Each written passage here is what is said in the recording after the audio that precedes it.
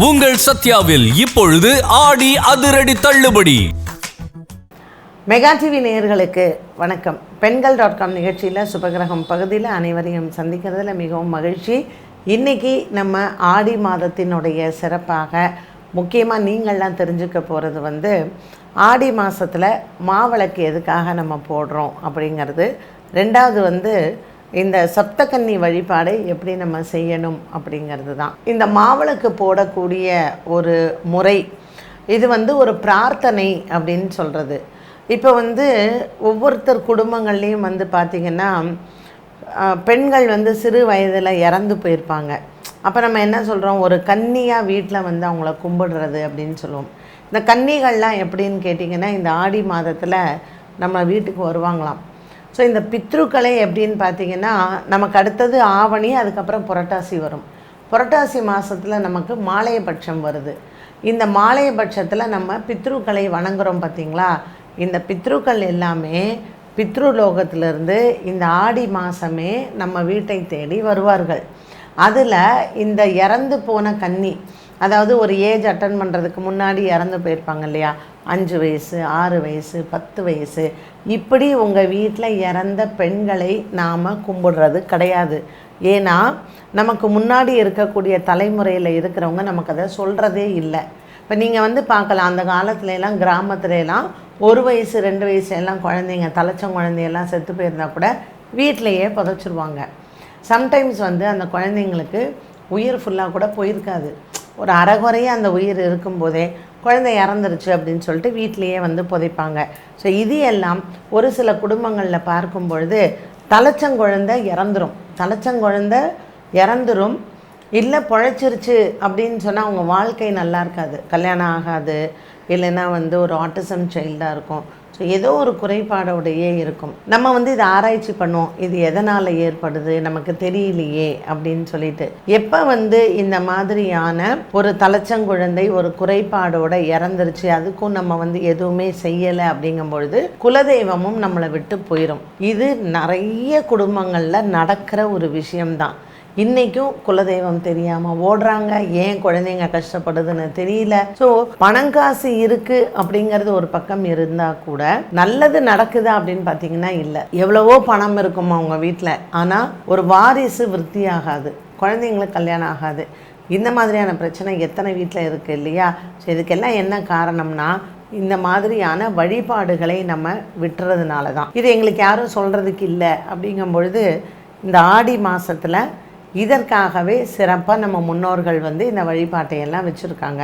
ஆடி செவ்வாய்க்கிழமை அல்லது ஆடி ஞாயிற்றுக்கிழமை, இந்த 2 நாளை நீங்கள் தேர்ந்தெடுத்துக்கலாம். ஸோ நான் இது வரைக்கும் பண்ணதே இல்லை மேடம், இந்த எபிசோடை பார்த்துட்டு தான் நான் இதை மாதிரி ஃபஸ்ட் டைம் பண்ண போகிறேன், நான் பண்ணலாமா அப்படின்ற டவுட் இருக்கும். தாராளமாக பண்ணலாம். வீட்லேயே நீங்கள் அம்மனுக்கு, அது எந்த அம்மனாக வேணாலும் இருக்கலாம், மாரியம்மனாக இருக்கலாம், எல்லையம்மனாக இருக்கலாம், ஏதோ ஒரு அம்மன் உங்களுடைய வீட்டிற்குன்னு எல்லா வீட்லேயும் ஒரு அம்மனை வழிபாடு செய்கிறோம். ஸோ அந்த அம்மனை நீங்கள் மனசில் பிரார்த்தனை பண்ணிட்டு, நம்ம பச்சரிசி இருக்கு இல்லையா, அதை நல்லா ஊற போட்டுட்டு அதை நல்லா களைஞ்சி வெள்ளை துணியில் நல்லா உலர்த்திடணும். நல்லா அது காஞ்சிடும். காஞ்சதுக்கப்புறம் மிக்சியில் அதை நல்லா பவுட்ரு பண்ணிக்கோங்க, நல்லா சலித்து எடுத்துக்கோங்க. வெல்லமும் நெய்யும் வச்சுக்கணும். இந்த அரிசி மாவில் போட்டு அந்த வெல்லத்தையும் போட்டு நீங்கள் நல்லா கலந்து நெய்யும் போட்டிங்கன்னா நல்லா கெட்டியாக வரும். அதை நல்லா சொப்பு மாதிரி பண்ணி அந்த மாவிளக்கு நெய் விட்டு அதை ஏற்றணும். ஏலக்காயெல்லாம் போட்டு நீங்கள் அதை நல்ல வாசனையாக நீங்கள் வச்சுக்கலாம். சில பேர் பச்சைக்கல் போடுவாங்க. இந்த மாவிளக்கு ஒத்தைப்படையில் தான் ஏற்றணும். ஒரு நல்ல தலைவாழை இலை போட்டு, ஒரு கோலம் போட்டு அது மேலே தலைவாழை இலை போட்டு இந்த மாவிளக்கை நீங்கள் அம்மனுக்கு ஏற்றி வைக்கலாம். 1 3 5 7 9 இந்த வரிசையில் தான் இந்த மாவிளக்கை ஏற்றணும்.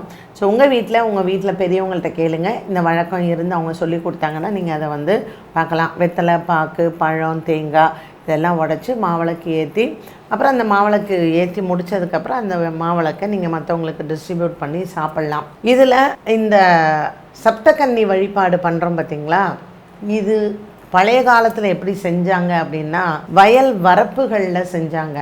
ஏன்னா ஆடி மாதம் அப்படிங்கிறது ஒரு விதைக்கக்கூடிய ஒரு மாதம். ஆடி மாதம் 5ஆம் தேதி ஆடி பட்டம் தேடி விதைன்னுவாங்க. ஸோ இந்த ஆடி மாதம் பூமி ரொம்ப நல்லா இருக்கும். அப்போ அந்த பூமியை வந்து நம்ம மண்ணை வந்து வணங்கணும், அப்போ தான் நமக்கு சாப்பாடு கிடைக்கும்.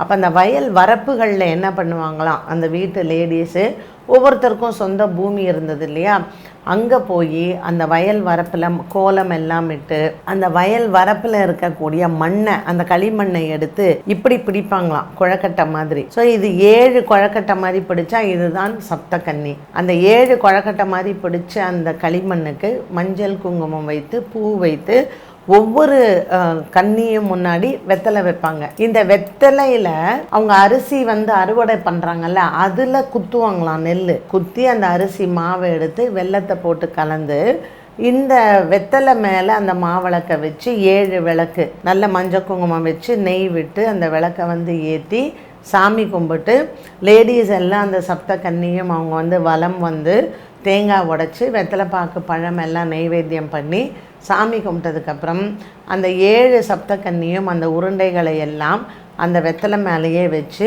அந்த வெத்தலையில் இருக்கக்கூடிய களிமண்ணை அந்த வயல் வரப்பில் இருக்கிற தண்ணியிலேயே கரைச்சிடுவாங்களாம். அப்போது அந்த வயலில் இருக்கக்கூடிய மண்ணை ஒரு தெய்வமாக வணங்கி திரும்பவும் அந்த வயல்லையே வந்து அந்த மண்ணை வந்து கரைச்சிடுறாங்க. இப்படி சப்தகன்னி வழிபாடை நம்ம முன்னோர்கள் செஞ்சாங்க.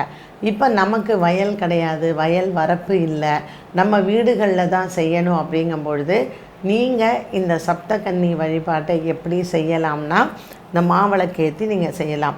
ஒரு நல்ல வாழை இலையில் 7 மாவிளக்கு ஏற்றி அவங்கள சப்த கன்னிகளாக பாவனை செஞ்சு உங்கள் வீட்டுக்கு ஒரு 7 சுமங்கலியை கூப்பிட்டு வெத்தலை பாக்கு கொடுத்து அவங்கள நீங்கள் என்னுடைய வீடு நல்லா இருக்கணும், என்னுடைய மனை, அதாவது மண்ணுக்காக செய்யக்கூடிய பூஜை தான் இது. நீங்கள் எந்த வீட்டில் வாசம் பண்ணுறீங்களோ அந்த கிரகலக்ஷ்மி நல்லா இருக்கணும், அந்த வீட்டில் இருக்கக்கூடிய வாஸ்து தோஷம் போகணும், நம்ம வீட்டில் யாரெல்லாம் கன்னியாக இறந்தாங்களோ அவங்கெல்லாம் நமக்கு அனுகிரகம் பண்ணணும் அப்படிங்கிறதுக்காக நம்ம வந்து வேண்டிக்கிறோம். வேண்டிண்டு ஒரு 7 பேரை கூப்பிட்டு அவங்களுக்கு சாப்பாடு போட்டு வெத்தலை பாக்கு கொடுக்கலாம். உங்களுக்கு நான் ஒர்க்கிங் உமன், எனக்கு இதுக்கெல்லாம் டைம் கிடையாது அப்படின்னா 7 அகல் விளக்காது ஏற்றுங்க. உங்களால் இந்த மாவிளக்கு போட முடியல, எனக்கு தெரியல, நான் வேறு கண்ட்ரியில் இருக்கேன், நான் ஆஸ்திரேலியாவில் இருக்கேன், நான் கனடாவில் இருக்கேன், என்னால் முடியல அப்படிங்கிறவங்க புதுசாக மண்ணகல் 7 வாங்கிக்கோங்க. இது செவ்வாய்க்கிழமை செய்யலாம், இல்லைன்னா ஞாயிற்றுக்கிழமை செய்யலாம். உங்களுக்கு ஒரு வீடு வாங்கணும்னு ஆசை, ஆனால் எனக்கு மனை கிடைக்கவே மாட்டேங்குது, எனக்கு அமையவே மாட்டேங்குது அப்படின்னு நீங்கள் நினச்சாலும் ஆடி செவ்வாய்க்கிழமை இந்த பரிகாரமாக இதை வீட்டில் செய்யுங்க. கண்டிப்பாக அடுத்த ஆடி மாதத்துக்குள்ளே உங்களுக்கு வீடு அமைஞ்சிடும். இந்த ஆடி மாதத்தினுடைய சிறப்பில் முக்கியமாக நம்ம நினைவு வச்சுக்க வேண்டியது ஆடி பூரம். ஆடி பூரம்ங்கிறதே அம்மனுக்கு ரொம்ப ரொம்ப உகந்த நாள். அம்மனுக்கு சீமந்தம் பண்ணுறது தான். ஸோ ஆடி 18ஆம் பெருக்கு, ஆடி பூரம், இது எல்லாமே விசேஷமான நாட்கள் தான். ஸோ அந்த ஆடி பூரம், அந்த ஆடி 18எல்லாம் வரும்பொழுது அதில் நம்ம என்ன மாதிரியான பூஜைகள்லாம் செய்யணும் அப்படிங்கிறதையும் நம்ம பெண்கள்.comல நம்ம வந்து பார்க்கலாம். ஸோ இந்த ஆடி மாதத்தில் முதல் செவ்வாய், 3வது செவ்வாய், இதில் நீங்கள் எப்போ வேணாலும் மாவிளக்கு ஏற்றுறதோ இல்லை அகல் விளக்கு ஏற்றுறதோ சப்தகன்னி வழிபாடை நீங்கள் கண்டிப்பாக செய்யுங்க. இதில் நமக்கு வந்து வாராகி அம்மன் ரொம்ப ரொம்ப ஒரு விசேஷமான அம்மனாக நம்ம வழிபாடு செய்கிறோம். ஸோ ஆடி செவ்வாய், ஆடி ஞாயிறு, இது ரெண்டத்துலேயுமே வாராகி அம்மனை தனியாக வழிபட்டாலுமே நமக்கு சத்ருக்கள், நமக்கு எந்த விதமான எதிரிகளும் நமக்கு என்ன செஞ்சாலும் அது நம்மளை வந்து தீண்டாது. ஸோ இது எல்லாம் இந்த ஆடி மாதத்தில் நமக்கு செய்யும் பொழுது அடுத்த ஒரு 6 மாத காலத்திற்கு நம்ம வீட்டுக்கு ஒரு பாதுகாப்பு பண்ணிக்கிறோம். ஏன்னா தை மாதமும் நம்ம இதே தான் செய்ய போகிறோம். ஆடி வெள்ளிக்கிழமை, தை வெள்ளிக்கிழமை, ஆடி செவ்வாய், தை செவ்வாய், இது எல்லாமே ரொம்ப விசேஷமான நாட்கள் தான். ரொம்ப நம்மளுடைய முன்னோர்கள்லாம் வந்து பார்த்திங்கன்னா ரொம்ப அறிவாளிங்க. வரக்கூடிய சந்ததிகள் வருங்காலத்தில் எந்த விதமான இவங்களுக்கு கஷ்டங்கள் இருக்கக்கூடாதுங்கிறதுக்காக ஒரு சயின்டிஃபிக்காக நம்ம அதை ப்ரூவ் பண்ணி சில பூஜைகள்லாம் நமக்கு சொல்லி கொடுத்தாங்க. அதில் தான் இந்த சப்தகன்னி வழிபாடை நம்ம வந்து இன்றைக்கி பார்த்தோம். ஸோ உங்களுக்கும் உங்கள் வீட்டில் இருக்கிறவங்களுக்கும் இந்த பூஜை விஷயங்களை நீங்களும் பகிர்ந்துக்கோங்க. ஆடி செவ்வாயில் சப்தகன்னியை வழிபாடு செய்தால் நமக்கு வீட்டில் என்ன விதமான பூமி இருக்கோ அந்த பூமியினுடைய தோஷங்கள் தீரும். அதுக்காக தான் இதை முக்கியமாக நம்ம செய்கிறோம். என்ன நேயர்களே, இன்றைய பெண்கள்.com நிகழ்ச்சியில் சுபகிரகம் பகுதியில் ஆடி செவ்வாயில் செய்ய வேண்டிய இந்த சப்தகன்னி பூஜை எப்படி பண்ணுறது அப்படிங்கிறத பார்த்தோம். மாவிளக்கு எதற்காக போடுறது அப்படிங்கிறதையும் தெரிஞ்சுக்கிட்டோம். மீண்டும் உங்களை சந்திக்கும் வரை நன்றி, வணக்கம். உங்கள் சத்யாவில் இப்பொழுது ஆடி அதிரடி தள்ளுபடி.